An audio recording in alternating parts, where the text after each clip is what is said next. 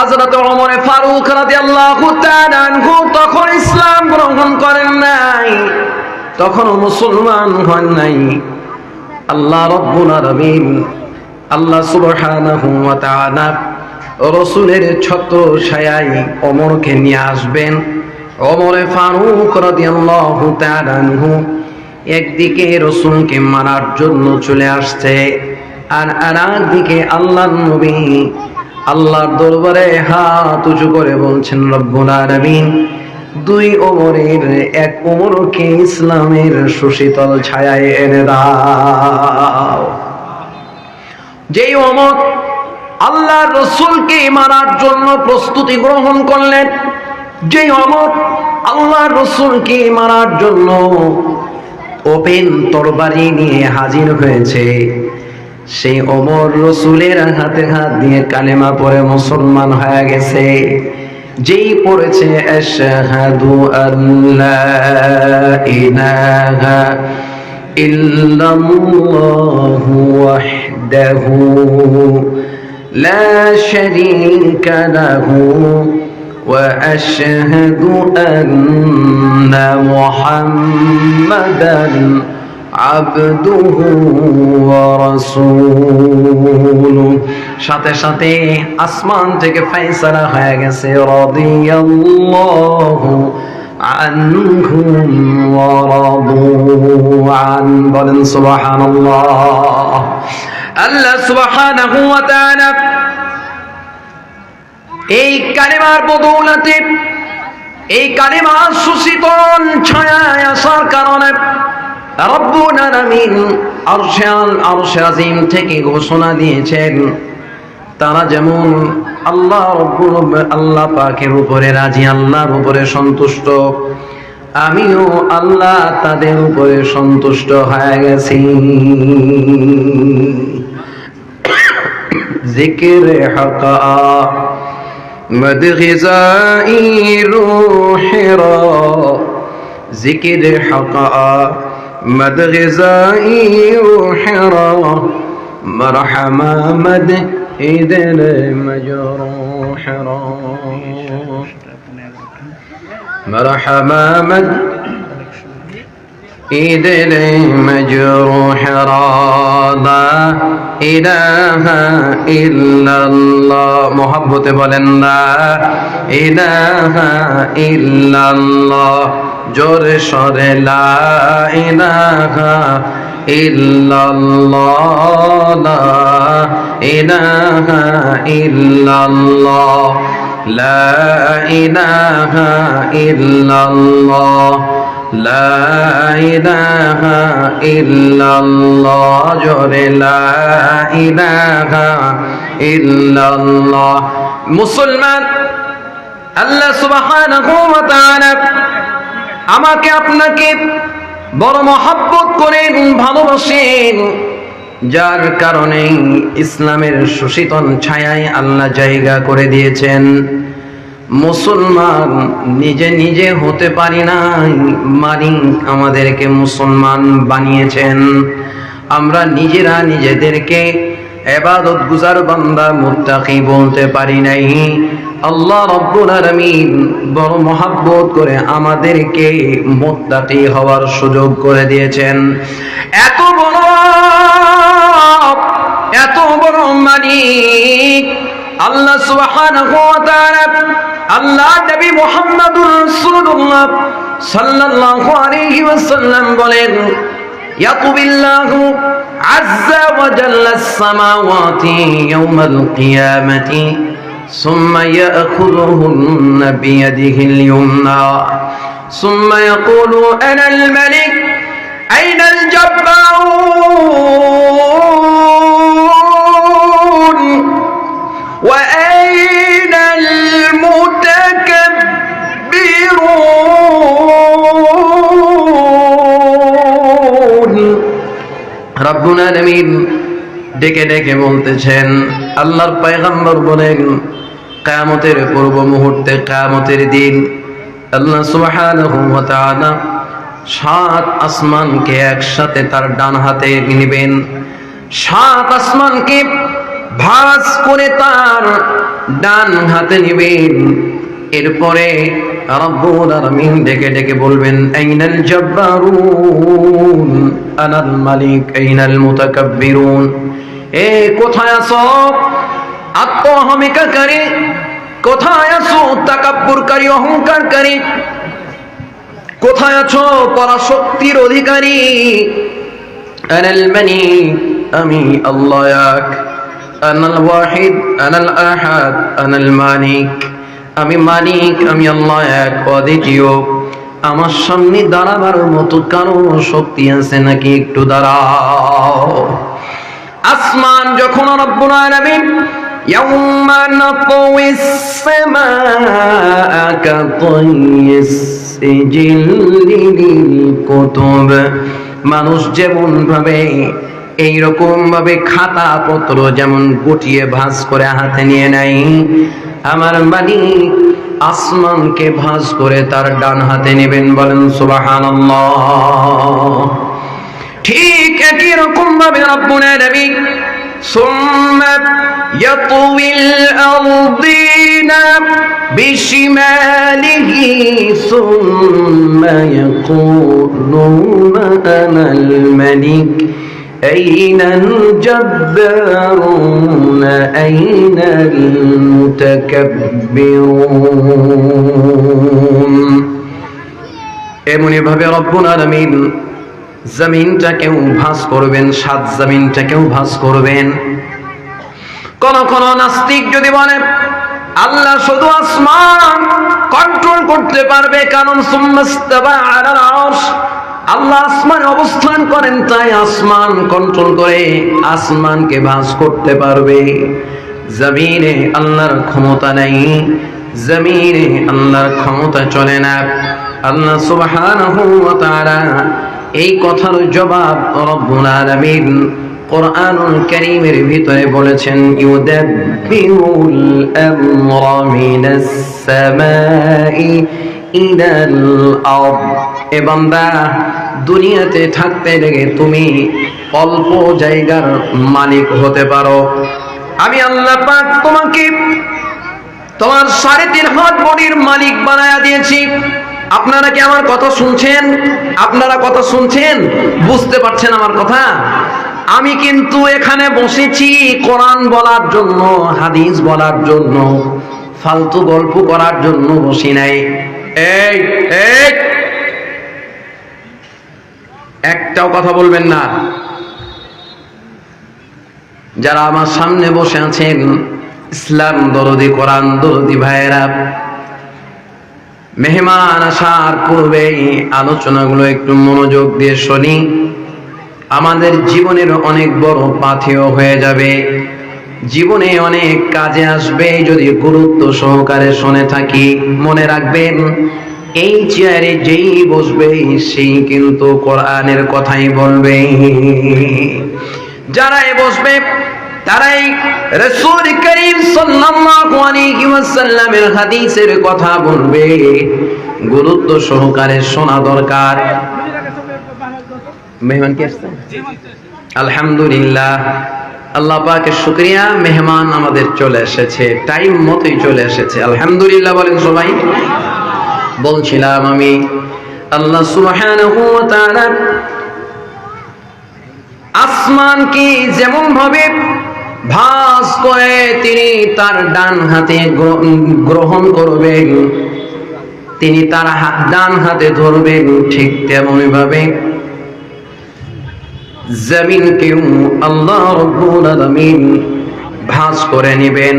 ইয়াতুবিল আরদিনা বিশিমালিহি সুম্মা ইয়াকুলু আনাল মালিকু আইনাল জাব্বারুন আইনাল মুতাকাব্বিরুন। বলেন আল্লাহু আকবার। আল্লাহ শুকরিয়া আদায় করছি যে মালিক আমাদের আকাঙ্ক্ষিত মেহমান, যার অপেক্ষায় আমরা দীর্ঘ সময় ধরে বসে আছি, ইনশাআল্লাহ তিনি আমাদের মাহফিলে এসে গেছেন। অল্প সময়ের ভিতরে নির্দিষ্ট টাইমেই ইনশাআল্লাহ মেহমানকে আপনাদের সামনে উপস্থিত করে দেওয়া হবে বিতৌফিকিল্লাহ ওয়া বিআউনিল্লাহি তাআলা। সম্মানিত উপস্থিতি, একটু লক্ষ্য করি, যতক্ষণ মেহমান রেস্টরুমে যাবে তিনি ফ্লেক্সিবল হবেন, ফ্রি হবেন, তিনি নিজেকে রিল্যাক্স মুডে নিয়ে আসবেন। এরপরে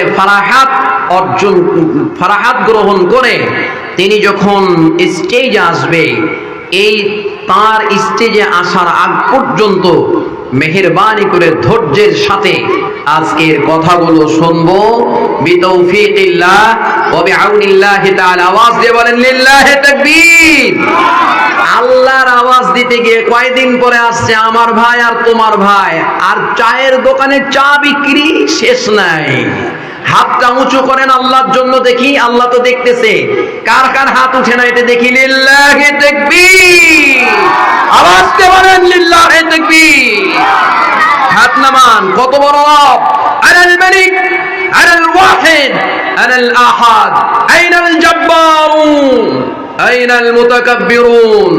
আল্লাহর ডায়লগটা সেই দিন যদি শোনার মতো আমাদের কানের শক্তি থাকতো, কর্ণ শক্তি থাকতো, শ্রবণ শক্তি থাকতো, তাহলে মনে হয় আল্লাহর ওই আওয়াজ শুনে বড় বড় মুতাকাব্বির অহংকারী বাদশাদের কলিজা ফেটে যেত, ঠিক কিনা? সেই দিন আল্লাহ এভাবেই ডাক দিবেন, বা কেমন করে ডাক দিবেন আল্লাহ ভালো জানেন। আনাল মালিক, আইনাল জব্বারুন, আইনাল মুতাকাব্বিরুন। কোথায় আছো?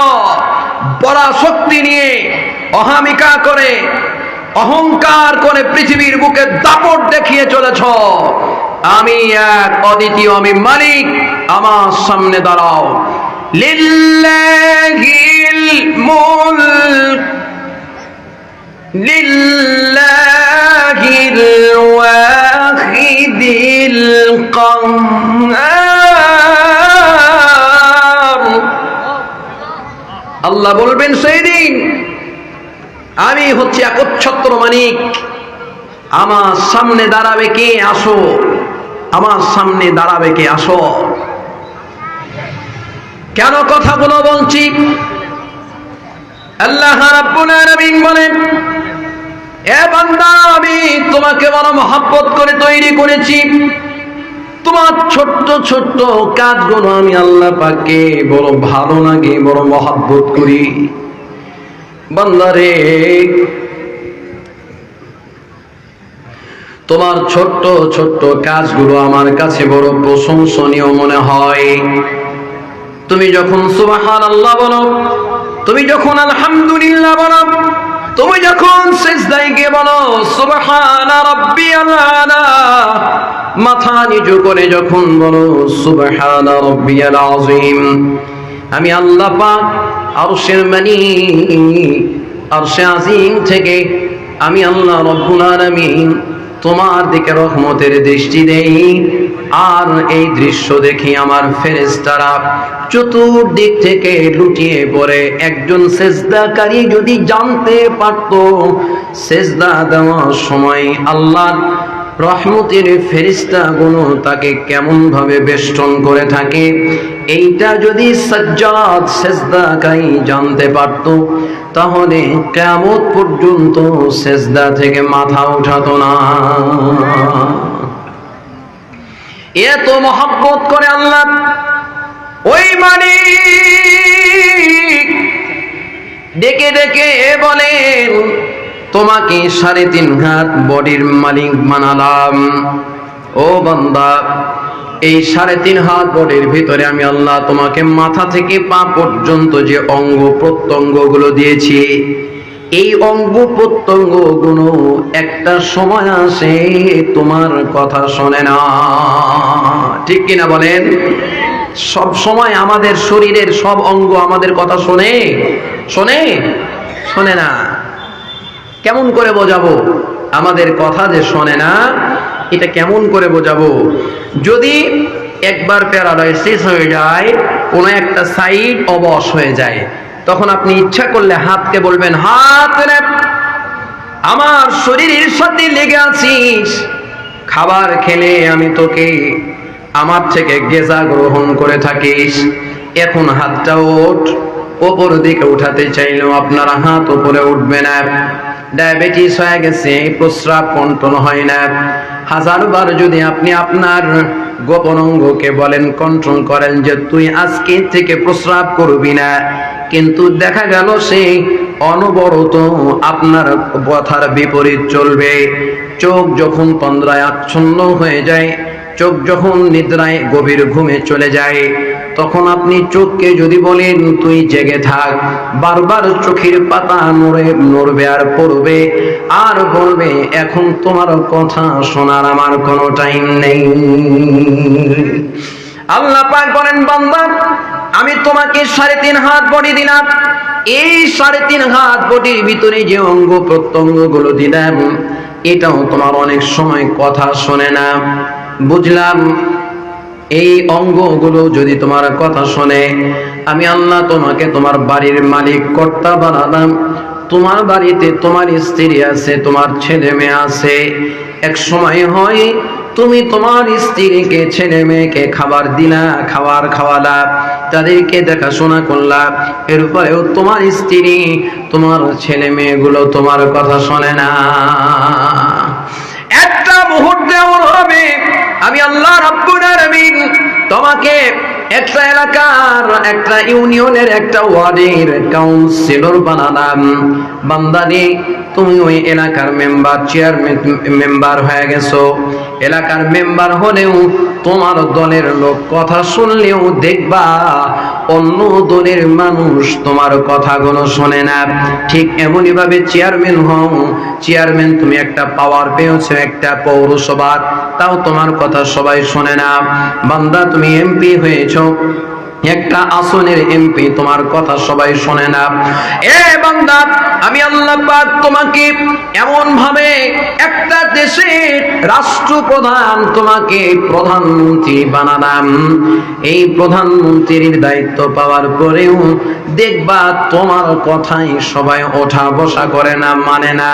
মেনে নিলাম সমস্ত মানুষগুলো যদি তোমার কথা শোনে, তারপরেও তুমি যেই দেশের মালিক, ওই দেশের ভিতরে তোমার হুকুম চলে। তোমার হুকুম ইচ্ছা করলে বাংলাদেশের প্রধানমন্ত্রী, ইচ্ছা করলে তুমি ইন্ডিয়াতে তোমার হুকুম কায়েম করতে পারবা না, ঠিক কিনা? ইন্ডিয়ার প্রধানমন্ত্রী যদি ইচ্ছা করে পাকিস্তানে আমার হুকুম, আমার বিধান পরিচালনা করব, চলবে না, চলবে না, তোমার কথা চলবে না। পাকিস্তানের প্রধানমন্ত্রী যদি ইচ্ছা করে আফগানিস্তানে আমি আমার হুকুম চালাবো, না রে বান্দা, চলবে না। এইরকম গোটা পৃথিবীতে একই ধারা, হয় জনগণের ভোটে তুমি প্রধানমন্ত্রী হয়েছ, তারপরেও তোমার কথা জনগণ শোনে না, অথবা তুমি বাপ দাদার সূত্রে তুমি রাষ্ট্রপ্রধান হয়েছ, মালিক হয়েছ, যুবরাজ হয়েছ, এরপরেও তোমার কথা, তোমার হুকুম মতো গোটা দেশ, গোটা জাতি চলে না রে বান্দা। এই ছোট্ট ভূখণ্ডের মালিক আমি আল্লাহ তোমাকে বানালাম। তুমি কি জানো আল্লাহুল্লাযী খালাকাস সামাওয়াতিস সাবঈ ওয়াল আরদিনাস সাবঈ, আল্লাহ পাক বলেন আমি আসমান যেমন 7 বানিয়েছি, জমিনটাকেও 7 বানালাম। এ বান্দা, এত বড় জমিন, এই জমিনের ভিতরে যদি ধরেই নি তুমি মানুষের বাদশা, মানুষের রাজা, তোমার কথাগুলো মানুষ শুনলেও হাতি ঘোড়া তোমার কথা শুনবে না। তুমি যদি সাগরের নীল তিমিকে তোমার কথা শোনাও, তোমার কথা শুনবে না। তাকে ইচ্ছা করলে তুমি খাবার জোগাতে পারো না। বান্দারে, এতগুলো সৃষ্টি জগতের ভিতরে ইল্লাল ইনসান, মানুষ ছাড়াই যত সৃষ্টি রয়েছে সমস্ত সৃষ্টিগুলো আমি মালিকের কথা শুনে, বলেন সুবহানাল্লাহ। এবং আমি মালিকের তাসবিহাত বর্ণনা করে আল্লাহ পাক বলেন সাব্বাহা লিল্লাহি মা ফিস সামাওয়াতি ওয়া মা ফিল আরদ, আসমানে যা কিছু আছে সবই আমার কথা শোনে, জমিনে যা কিছু আছে সবই আমার কথা শোনে। বান্দা আমার তাসবিহাত বর্ণনা করে, আমার প্রশংসা বর্ণনা করে। রে আল্লাহর গোলাম, আমি এমন রব, আনাল মালিক, আমি এমন এক মালিক, আমি এমন এক রব, আমি এমন এক সত্তা, এমন এক জাত, আমি মালিক। আমার হুকুম আসমানেও চলে, 7 আসমান থেকে 7 জমিন পর্যন্ত।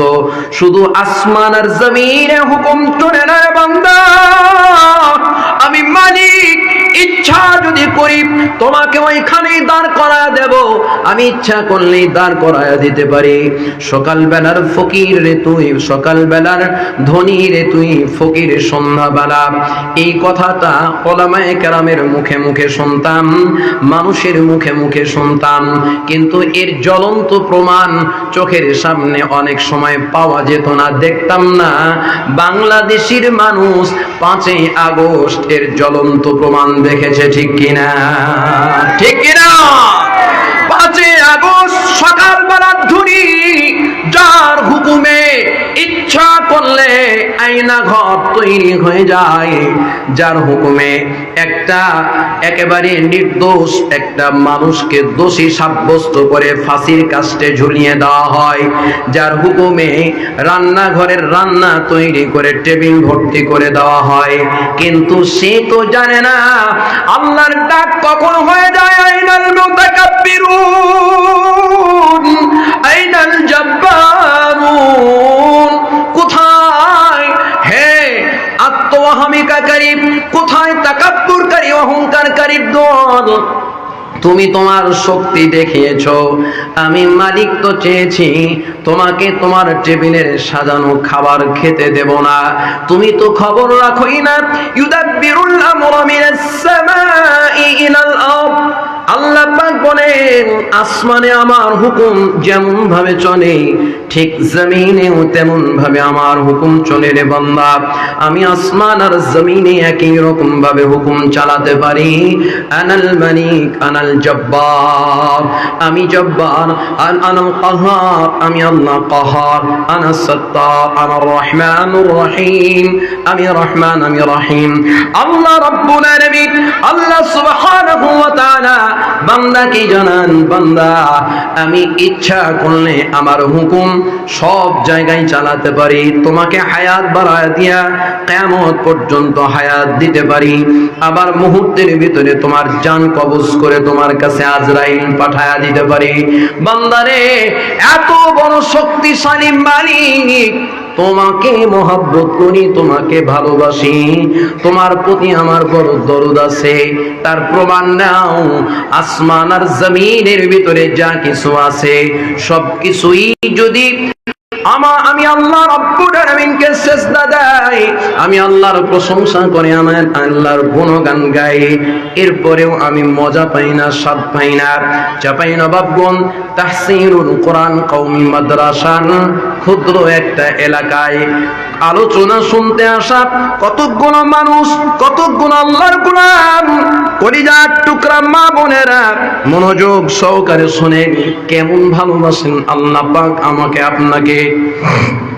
রাব্বুল আলামিন ডেকে ডেকে বলেন, বান্দা এত বড় রব আমি, তুমি আমার অবস্থানটা বুঝলা, তুমি আমাকে জানলা, আমার ইবাদত তোমার ইবাদত আমার কোনো প্রয়োজন নাই। তারপরেও বান্দা গোটা আসমান আর জমিনের সব কিছুই যদি একই সাথে তারা সেজদা দিয়ে বলে সুবহান রাব্বিয়াল আলা, আমি মালিক যেই পরিমাণ খুশি হয় তার চাইতে বেশি খুশি হয় আমার কোন একজন ক্ষুদ্র গোলাম, সে হোক দিন মজুর খেটে খাওয়া। আমি যাকে আদেশ করেছি ইরকাউ মা'র রাকিঈন, আমি যাকে আদেশ করেছি উসজুদু মা'আস সাজিদিন, রুকুকারীদের সাথে বান্দা তুমি রুকু করো, সিজদাকারীদের সাথে সিজদা করো। এই বান্দা যখন সিজদায় লুটিয়ে বলে সুবহানা রাব্বিয়াল আলা, মাত্র 4 ফিট জায়গার ভিতরে বান্দা তার ছোট্ট 4 আঙ্গুল, এই 3 আঙ্গুল 2 ইঞ্চি 2.5 ইঞ্চি এই কপালটাকে নুইয়ে দিয়ে যখন বলে সুবহানা রাব্বিয়াল আলা, এ বান্দা আসমান আর জমিনের সব কিছুর সুবহানাল্লাহ চাইতে তোমার সুবহানাল্লাহ আমাকে বেশি মুগ্ধ করে। এসো না আল্লাহর নামে গান গাই, এসো না মনো প্রাণ জোড়াই, এসো না মনো প্রাণ জোড়াই। আল্লাহু আকবার বলো, আল্লাহু আকবার, আল্লাহু আকবার বলো, আল্লাহু আকবার। একটু মহব্বতে বলেন লা ইলাহা ইল্লাল্লাহ, লা ইলাহা محبت لا إله إلا الله، لا إله إلا الله، جل لا إله إلا الله، لا إله إلا الله، لا إله إلا الله، لا إله ইল্লাল্লাহু মুহাম্মাদুর রাসূলুল্লাহ। কতটুকু আমাকে আপনাকে আল্লাহ ভালোবাসেন। আপনি মুসলমান যদি নিজেকে দাবি করেন, মুসলমান বলেন মা মিন মুসলিমিন ইয়াগরিস গারসান ইল্লা কানা মা উকিলা মিনহু লাহু সাদাকা।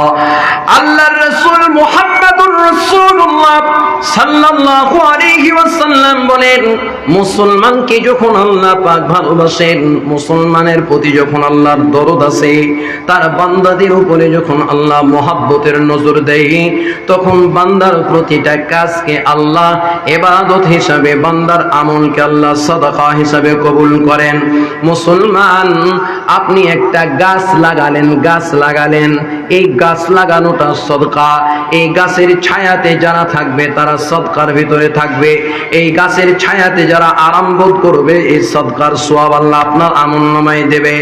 এ বন্ধু, এই গাছের ভিতর থেকে কোনো কারণবশত দেখলেন যে কেউ এখান থেকে খেয়ে নিচ্ছে, ফল পেড়ে খাচ্ছে, যে কেউ ফল নিয়ে চলে যাচ্ছে, আল্লাহর রাসূল বলেন তুমি যে গাছ লাগিয়েছো তোমার আমলনামায় সদকার সওয়াব দেওয়া হবে।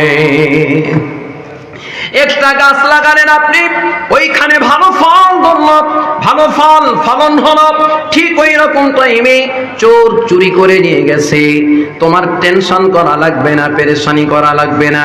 আল্লাহর রাসূল বলেন তোমার আমলনামায় রব্বুল আলামিন সাদাকার সওয়াব দান করে দেবে। বলেন সুবহানাল্লাহ। তোমার আমলনামায় আল্লাহ পাক সাদাকার সওয়াব দান করবেন। এখন মনে করেন এই জায়গায় একটা ফলের গাছ লাগালেন, ওইখানে চতুষ্পদ জন্তু এসে ফলগুলো খেয়ে ফেললো। আল্লাহর রাসূল বললেন ওয়ামা আকালাস সাবউ মিনহু ফাহুয়া লাহু সাদাকা। যদি ওই গাছের ভিতর থেকেও কোন চতুষ্পদ জন্তু খেয়ে ফেলে, তাও আল্লাহ পাক তোমার আমলনামায় সদকার দান সওয়াব দান করবে। ওয়ামা আকালাতিত তাইর ফাহুয়া লাহু সাদাকা। গাছের পাখি, আকাশের পাখিগুলো উড়ে তোমার লাগানো গাছের উপরে বসেছে, ওই গাছের উপরে বসে বসে সে ফল খাওয়া শুরু করেছে।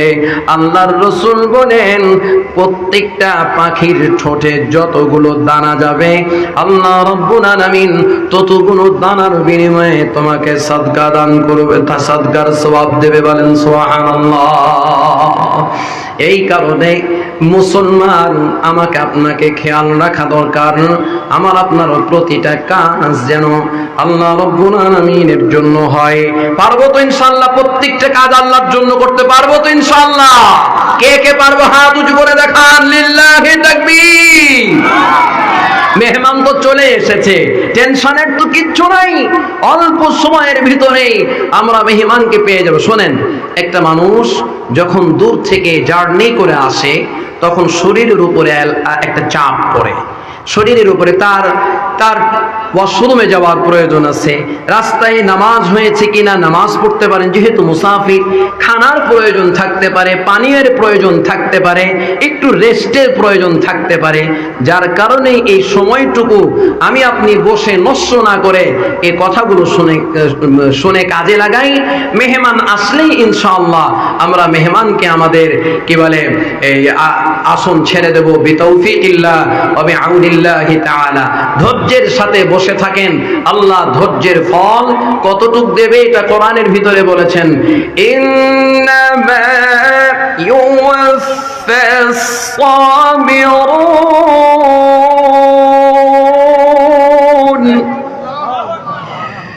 ইন্নামা ইউওয়াফাস সাবিরুন আজরাহুম বিগাইরি হিসাব। আল্লাহ রাব্বুল আলামিন দেখে বলেন, ধৈর্যশীল ব্যক্তিদের জন্য আমি আল্লাহ পাকের পক্ষ থেকে বেহিসাব আমি আল্লাহ পাক আজর দান করব, বেহিসাব আমি আল্লাহ তাকে প্রতিদান দেব। ধৈর্যশীল ব্যক্তিকে কি পরিমাণ প্রতিদান দেব এটা আল্লাহ বলেন নাই, বলেছেন বেগাইরি হিসাব, হিসাব হবে না। একটু ধৈর্যের সাথে বসে থাকেন। একটা গল্প শোনাই আমি আপনাদের কাছে।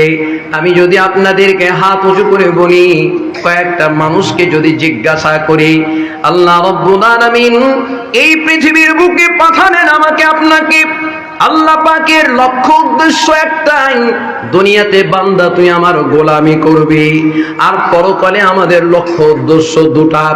একটা হলো আল্লাহ সন্তুষ্টি নিয়ে জান্নাতে যাওয়া, বলেন আমিন। যারা আমিন বলবে না তারা মনে হয় জান্নাতে যেতে চায় না, যারা আমিন বলবে তারাই জান্নাতে যাক, আল্লাহ কবুল করুন, বলেন আমিন। সম্মানিত উপস্থিতি, লক্ষ্য উদ্দেশ্য দুটো। একটা হলো আল্লাহর সন্তুষ্টি অর্জন করে আল্লাহর জান্নাতে যাওয়া, আর আল্লাহর অসন্তুষ্টি আর জাহান্নাম থেকে পানা চাওয়া, ঠিক কিনা?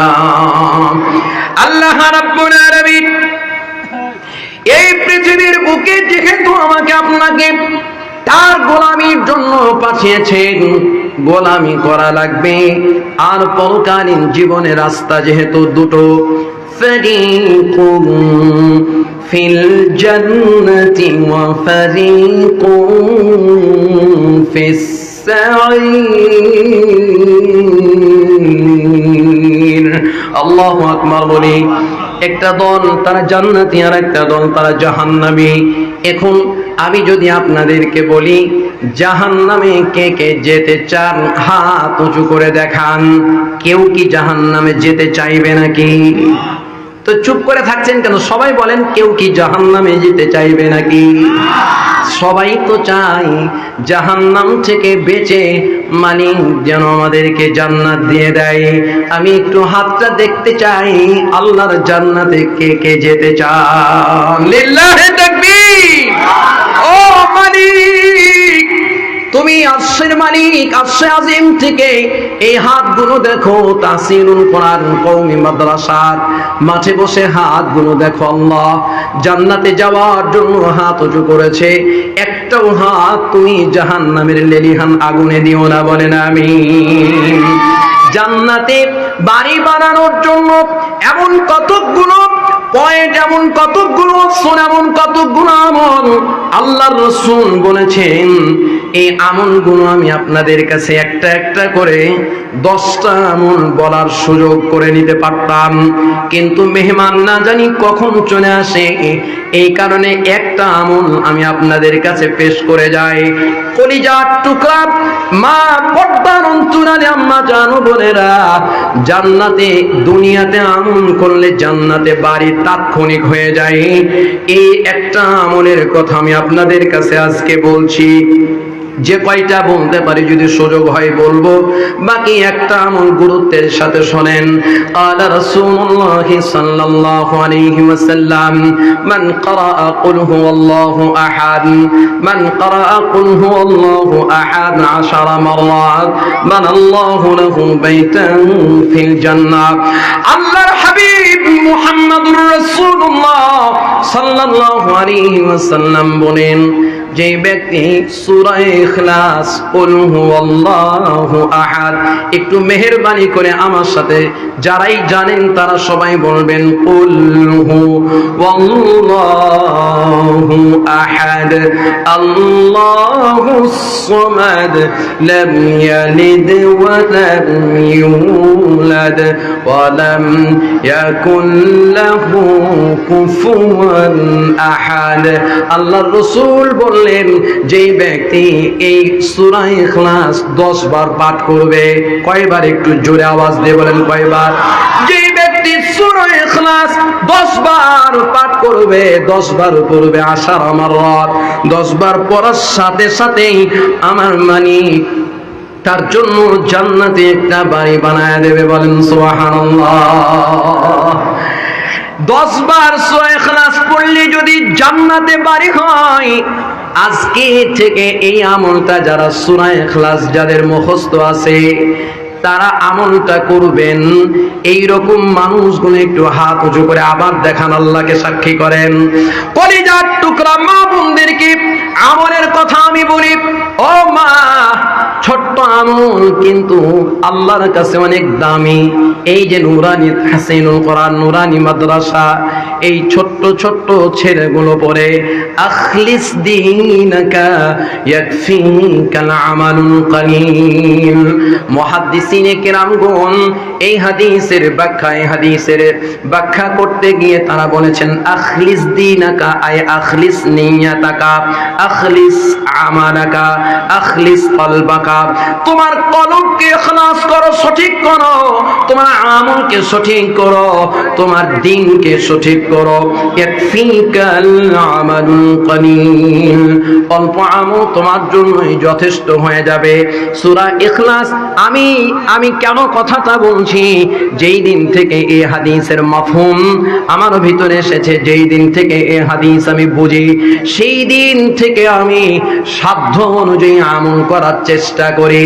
বিশেষভাবে ঘুমের টাইমে জোরে জোরে বলি, যাতে ছেলে মেয়েরা শোনে, যাতে স্ত্রী শোনে, এবং তাদেরকে আমি হাদিসটা শোনাই যে শোনো, যদি সূরা ইখলাস কেউ 10 বার পাঠ করে আল্লাহ পাক তার জন্য জান্নাতে বাড়ি বানায় দেয়। রে আল্লাহর গোলাম, আল্লাহর বাড়ি বানাতে কি অনেক সময়ের প্রয়োজন আছে নাকি? আল্লাহর বাড়ি বানানোর জন্য অনেক টাকা পয়সা লাগবে নাকি?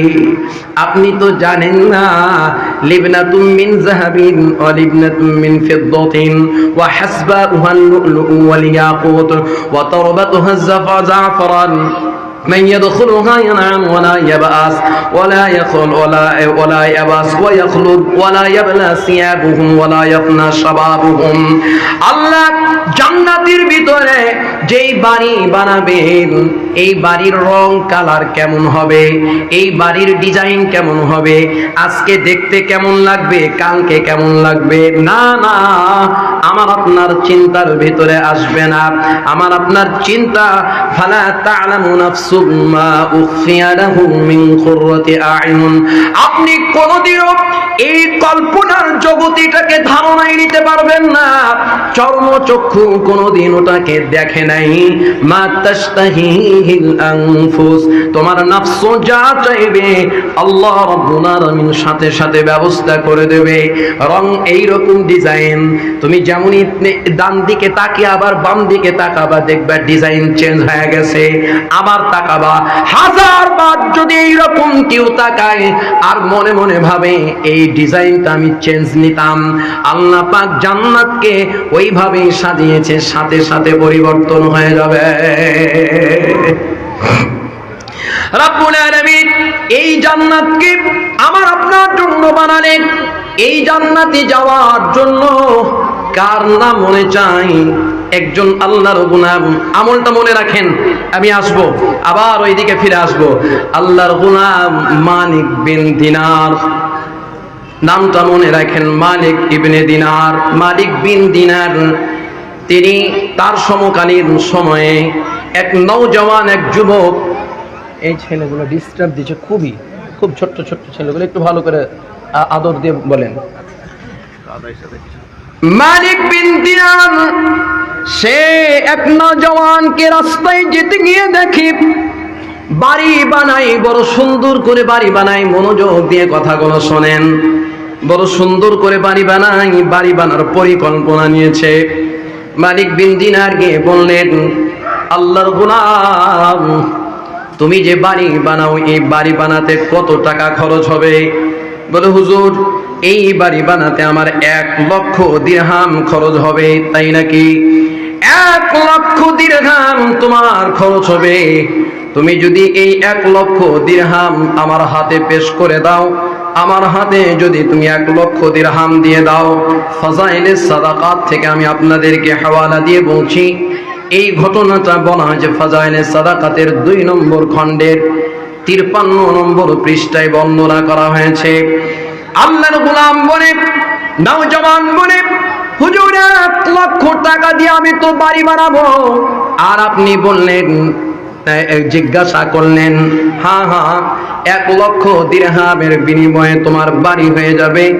যুবক রে, এই 1 লক্ষ টাকা যদি তুমি আমার হাতে দিয়ে দাও, আমি তোমাকে জান্নাতে বাড়ির গ্যারান্টি দিয়ে দিলাম। আল্লাহর কসম, আমি তোমাকে একটা জান্নাতে বাড়ি দেব। যুবক বলল, একটা দিন আমাকে সুযোগ দেন। একদিন পরে যখন আবার ওই একই জায়গায় মালিক বিন দিনারের সাথে দেখা হয়েছে, সাথে সাথে মালিক বিন দিনারকে যুবক ডেকে বলতেছে, হুজুর, আপনি তো আমাকে বলেছিলেন 1 লক্ষ টাকার বিনিময়ে আপনি জান্নাত দেবেন। এই জান্নাতের কথাটা কি আপনি আপনার কাগজে লিখে দিতে পারবেন নাকি? হ্যাঁ, আমি তোমাকে লিখে দেব। কসম করেছি আল্লাহর কসম করা হয়েছে, আল্লাহর কসম আমি করেছি। এই কথা বলার পর মালিক বিন দিনার একটা টুকরাই লিখে দিলেন, তোমার জন্য একটা জান্নাতের খুশখবরি। আল্লাহ রাব্বুল আলামিন তোমার জন্য জান্নাতের ভিতরে একটা বানাখানা দেবে। বলেন সুবহানাল্লাহ।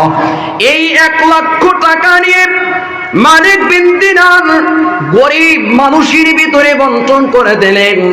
এই যে মাদ্রাসাগুলোতে পড়ানো হয়, দেখবেন বড় লোকের ছেলেদের চাইতে গরিব ছেলেরাই বেশি পড়ে, ঠিক কিনা?